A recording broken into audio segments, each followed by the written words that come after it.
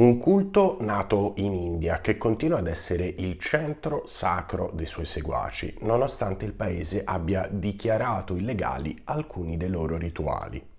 Parliamo degli Agori, una delle sette religiose più estreme al mondo e, secondo molti studiosi, ancora dedita al cannibalismo.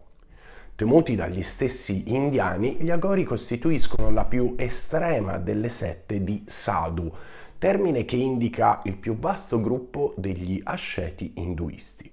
Il nucleo originario risiede a Varanasi, città sacra degli induisti, dove si trova la tomba del loro guru, l'asceta Baba Kinaram, che si dice sia vissuto fino a 170 anni nel XVIII secolo. Gli Agori sono una delle principali tradizioni indiane e la forma più estrema e affascinante del Tantra. Dattatreya, una divinità che comprende in sé la Trimurti, cioè Brahma, Vishnu e Shiva, è considerato essere il fondatore di questa scuola, insieme a Shiva Kalabhairava. Il termine sanscrito agora è la combinazione di due parole e si presta a varie interpretazioni.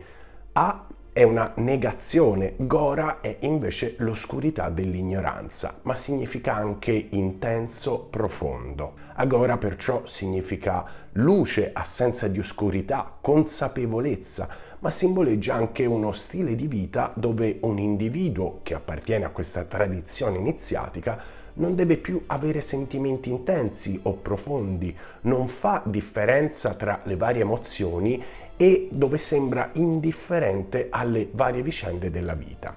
Si dice che gli Agori bevano liquori, fumino ganja, cioè marijuana, mangino carne, in alcuni riti anche carne umana, usino come ciotola un cranio umano, si aggirino tra le pire funerarie, meditino di notte e non abbiano alcuna inibizione riguardo al sesso in ogni sua forma. Un sentiero, questo, che sembra distaccarsi completamente dalle filosofie induiste e che trae in inganno riguardo la vera natura di questa poco conosciuta realtà nel panorama dei sadhu, degli asceti indiani. Le pratiche rituali degli Agori sono simboli delle loro convinzioni non dualistiche.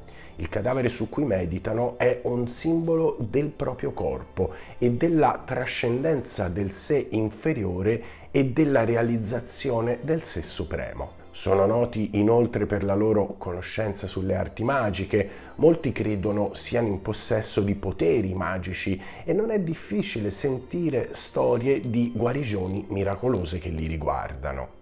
Tra la gente poi la parola Agori suscita sempre un misto tra rispetto e sospetto e comunque sono molti devoti anche tra le varie religioni presenti in India che si riferiscono a loro. In compagnia di un Agori si possono trovare infatti facilmente induisti, sikh, musulmani, jainisti, cristiani o fedeli di altre religioni. Il mondo per loro non è altro che un'illusione. È facile a dirlo, ma se dovessimo davvero crederci, come imposteremmo le nostre vite? Avrebbero ancora senso le leggi degli uomini, le regole di comportamento? E se perfino l'etica fosse un ulteriore tranello mentale, affermano sempre gli Agori, in realtà Dio se la ridesse di tutti i nostri dubbi e scrupoli morali? Simili questioni stanno al centro di molte tradizioni religiose, ma nessuna ha portato tale ragionamento alle sue estreme conseguenze, quanto proprio la setta degli Agori. Asceti shivaisti, lo scopo di questo gruppo degli Agori è liberarsi una volta per tutte dalla ruota delle incarnazioni e per fare questo puntano attraverso la meditazione e un ascetismo estremo a fondere il proprio sé, l'Atman, con il tutto, il Brahman, superando il pensiero bloccato appunto in illusori dualismi. Gli opposti non esistono per loro e così non esiste nulla di bello o di brutto, di buono o di cattivo. Tutto è emanazione di Shiva, dunque tutto è perfetto. Così gli Agori hanno sviluppato un percorso spirituale, se così vogliamo chiamarlo, davvero incredibile. Abbracciare tutti quei comportamenti che la società normale condanna e ripudia, tutte le pratiche più disgustose e oscene, tutte le azioni moralmente condannabili, secondo Le tradizionali regole del karma per loro sono uno strumento per arrivare al divino, per raggiungere l'estasi che permetterà loro di trascendere le categorie del pensiero umano. Gli agori, come abbiamo detto, fanno uso di cannabis, bevono alcol, mangiano cibi conditi con oppiacei e allucinogeni. Si abbandonano anche a rituali sessuali di matrice tantrica, se non in certi casi, almeno un tempo, a vere e proprie orge. Ma gli agori non si fermano certo qui.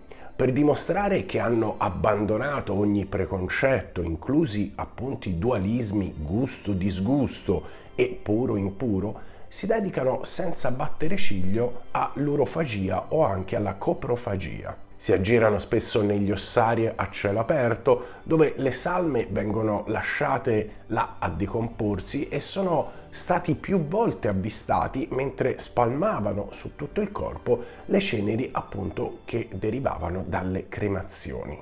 Uno dei loro rituali, chiamato Shava Samskara, utilizza un cadavere come altare su cui si celebra una cerimonia. Terrificanti già nell'aspetto, adorni di monili, spesso ricavati da ossa umane e teschi utilizzati come coppe da cui bevono, non arretrano nemmeno di fronte all'ultimo dei tabù, appunto il cannibalismo. Quest'ultimo viene praticato su cadaveri spesso trafugati o dissepolti e secondo alcune fonti la fine preferita dei maestri agori è proprio quella di venire divorati dal proprio successore, in modo da trasferirgli tutti i poteri acquisiti durante la propria vita. Potrebbe sembrare che nulla sia troppo sacro per un agori, in realtà, secondo la loro tradizione, è esattamente l'opposto. L'asceta infatti cerca di vedere Dio in qualsiasi fenomeno dell'universo, in tutte le manifestazioni della catena di causa-effetto che quotidianamente viviamo. Quindi se ogni cosa è sacra e illuminata, la tenebra e la paura sono soltanto nella nostra mente, affermano. Mangiare carne di mucca, che è proibitissimo per qualsiasi tradizione induista, o mangiare un corpo umano sono azioni che non possono dispiacere a Shiva, in quanto egli permette che esistano. Anzi, affermano, Shiva è in quelle azioni, come in tutte le altre, sempre, contemporaneamente, ovunque. La ricerca spirituale degli agori dunque è un precipitarsi nella turpitudine, nell'osceno, nel rivoltante, salvo poi accorgersi che quella che sembrava oscurità era, secondo il loro punto di vista, invece luce. È un tentativo di disimparare tutto ciò che ci hanno insegnato sul bene e sul male per guardare il mondo con uno sguardo primordiale, con occhi diversi, ancora privi di categorie di pensiero. Ora, quanto avete ascoltato fino a questo punto è la teoria, fin troppo aulica potremmo dire. Nella realtà molte frange della setta sono più interessate agli aspetti magico-sciamanici che a quelli filosofici. Così i rituali divengono veri e propri atti magici, violenti e rivoltanti, spesso finalizzati all'acquisizione di poteri soprannaturali e che comportano il sacrificio di animali e, come abbiamo visto, perfino di esseri umani. La comunione con Shiva in certi casi passa in secondo piano rispetto alle fatture contro i nemici e al potenziamento delle virtù magiche degli stregoni attraverso i loro riti.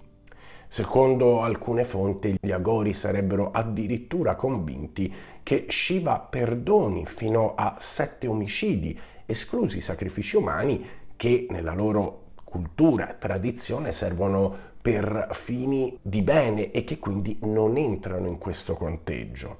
La setta degli agori è poi sparsa principalmente tra India e Nepal ed è avvolta nel più totale segreto e mistero, in quanto i suoi adepti non hanno alcuna voglia di fare troppa pubblicità alle loro azioni, e ce lo possiamo immaginare.